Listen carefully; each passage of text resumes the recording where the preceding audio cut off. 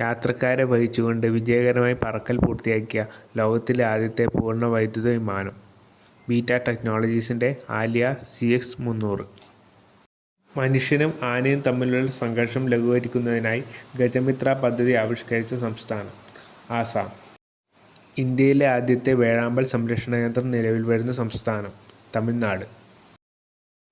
MS സ്വാമിനാഥൻ്റെ ജന്മദിനമായ August 7 സുസ്ഥിര കാർഷിക ദിനമായി ആചരിക്കാൻ തീരുമാനിച്ച സംസ്ഥാനം മഹാരാഷ്ട്ര.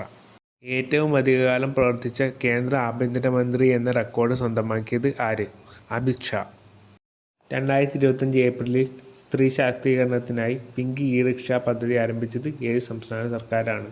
മഹാരാഷ്ട്ര. 2025 17ാം ബ്രിക്സ് ഉച്ചകോടി നടന്നത് എവിടെ? ബ്രസീൽ. 2025 ബ്രിക്സിൽ അംഗത്വം നേടിയ പുതിയ രാജ്യം ഇന്തോനേഷ്യ. 2026 18ാം ബ്രിക്സ് ഉച്ചകോടി നടക്കുന്നത് എവിടെ? ഇന്ത്യ.